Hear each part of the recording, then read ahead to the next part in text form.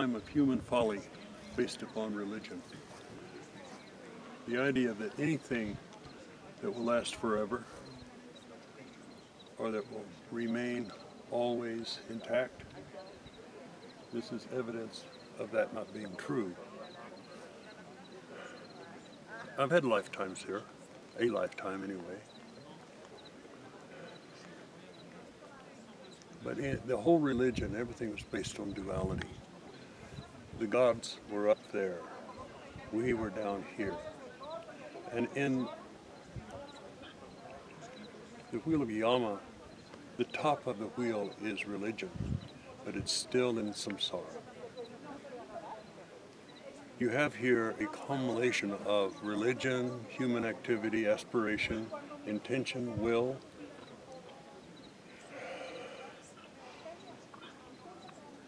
an extreme display of power, built on a power place that is unimaginable. Just 500 years, and it's starting to decay already. We're here just for a short time. Everything we do here is transitory. It will not last. You will not be remembered. You may be the most powerful spiritual teacher ever, but 10,000 years from now, an inscription on a rock or something, and nobody will ever really know who you are. As a matter of fact, they don't even know who you are now. We don't even know who we are here. In the wheel of the Yama, in the center, there's ignorance, passion, and power, emotion. Ignorance is, a better word for that would be amnesia. We come into these lives and we have complete amnesia on who we were before, what's gone on before. We are ignorant of all of our connections to the Divine Spirit. We're ignorant of the fact that we are all connected, that we're connected to the earth, to the universe, that there's just really one. In Buddhism, you see that. In these lifetimes, it was not like that. There was the God up there, humans down here. Mankind has a really great way of creating God in His image, rather than us becoming the image of the divine.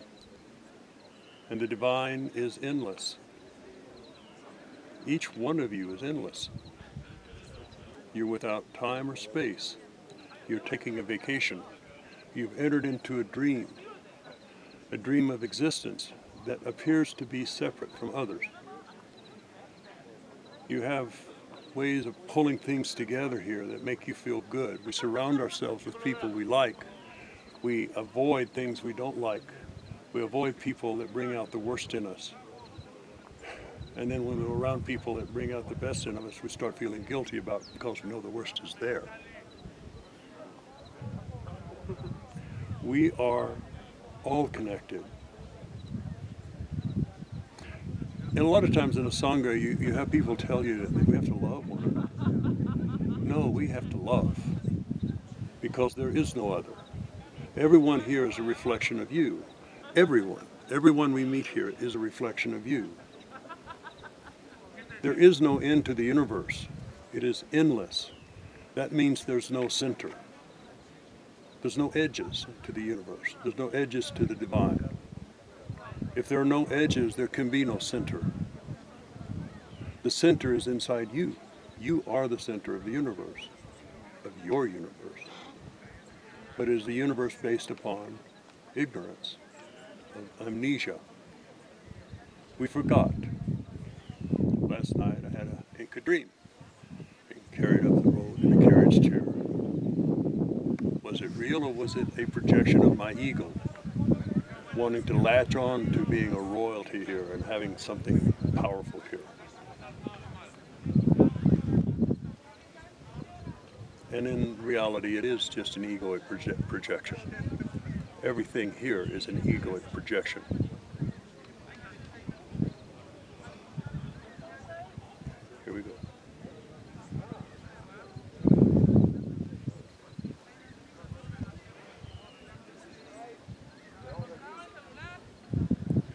There's something in one of us, in this Sangha, that is bothering you.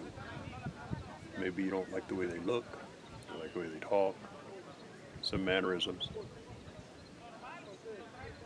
Then that's the purpose for you being here.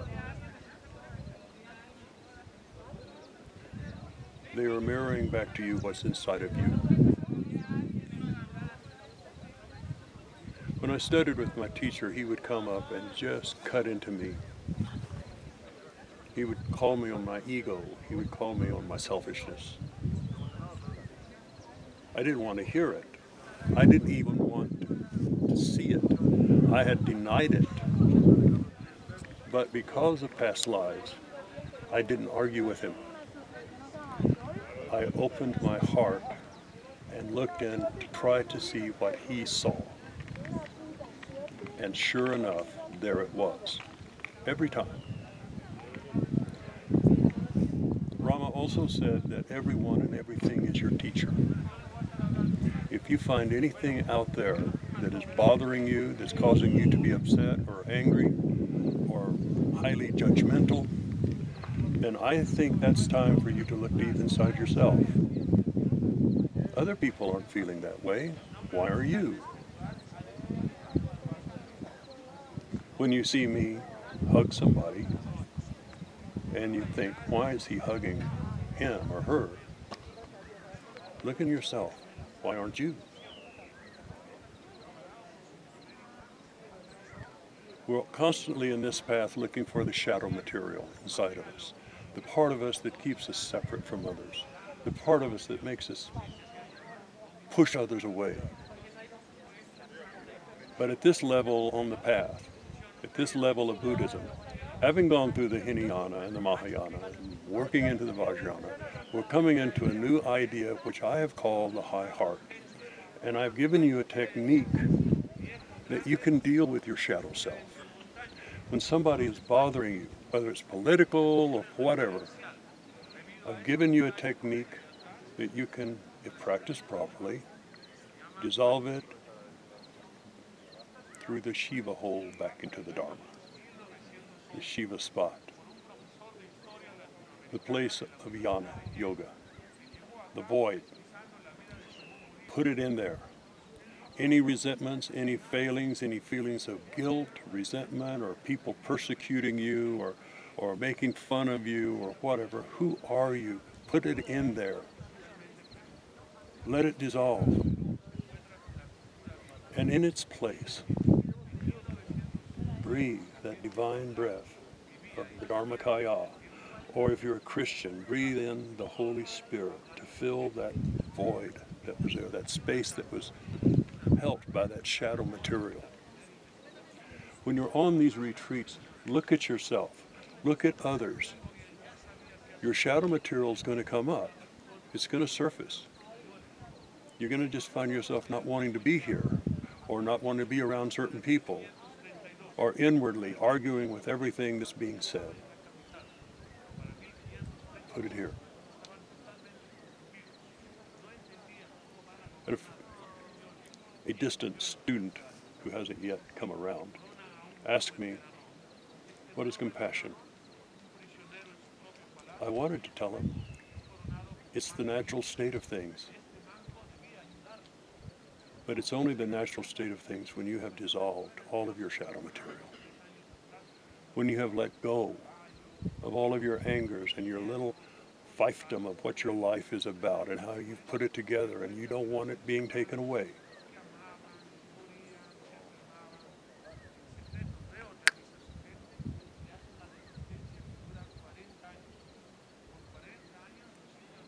We're made of star stuff. We're made of the divine. There is no other. This is just a dream. Can you release your life into the divine? Can you set yourself on a path that the only reason you're here in this body is to prevent suffering, to help others as they're wounded, as they're afraid, The people that need the love the most are the people who act with such hatred. The people that push you away so hard are the ones that need to be touched. They may not allow you, but you have to be willing to.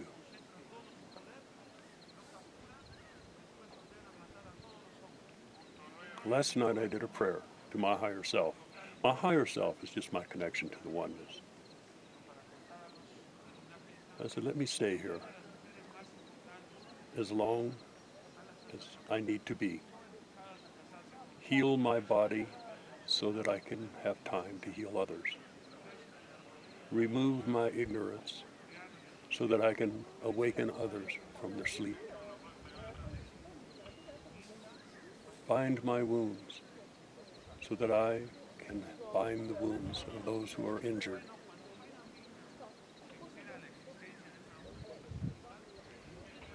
Let me be of service. I have no connection here except to the Dharma. You are a reflection of the samsara. Somehow I tend to see you separate from me. So I dissolve that constantly. When you dissolve everything constantly, you work and move into compassion. And a life without compassion, a life without love, a life without selfless giving and selfless service is just getting caught up in the samsara, the endless, deluded dream of existence. We're in the samsara, but we are awakened. That's what enlightenment means. All of you here are awakened. At some level, you're enlightened. Your ego demands that you not think of that. It pulls up all of these shadow materials and tell you why you're not enlightened. And when that happens, you look at that and you say, thank you. Thank you. So I'm not ready. Well, I need to dissolve that, don't I? That's shadow material. The biggest ego trip of all is reverse ego. I'm not ready for this. I'm not prepared for this. Let somebody else do it. I'll support them. And, that's just ego trip. Be of service. Be kind. Be gentle. Expose the wounds. Clean the wounds. Heal the wounds. To a person that's going about, it may seem rather harsh. So sometimes as a teacher, you will be harsh, but you're just cleaning the wound. You're getting out the junk. But you're not just leaving it there. You're putting the divine in its place.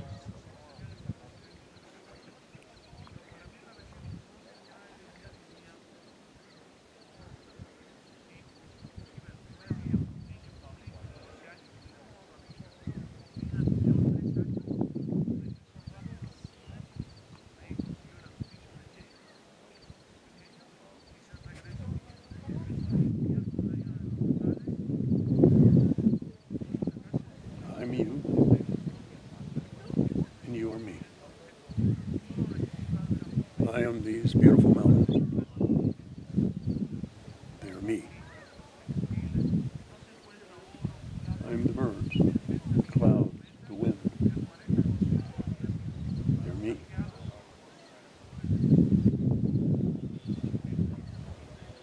To be awakened inside the samsara is a magical experience. But it's made even more magical when I include others. So in this extraordinary place of power, where I once was royalty,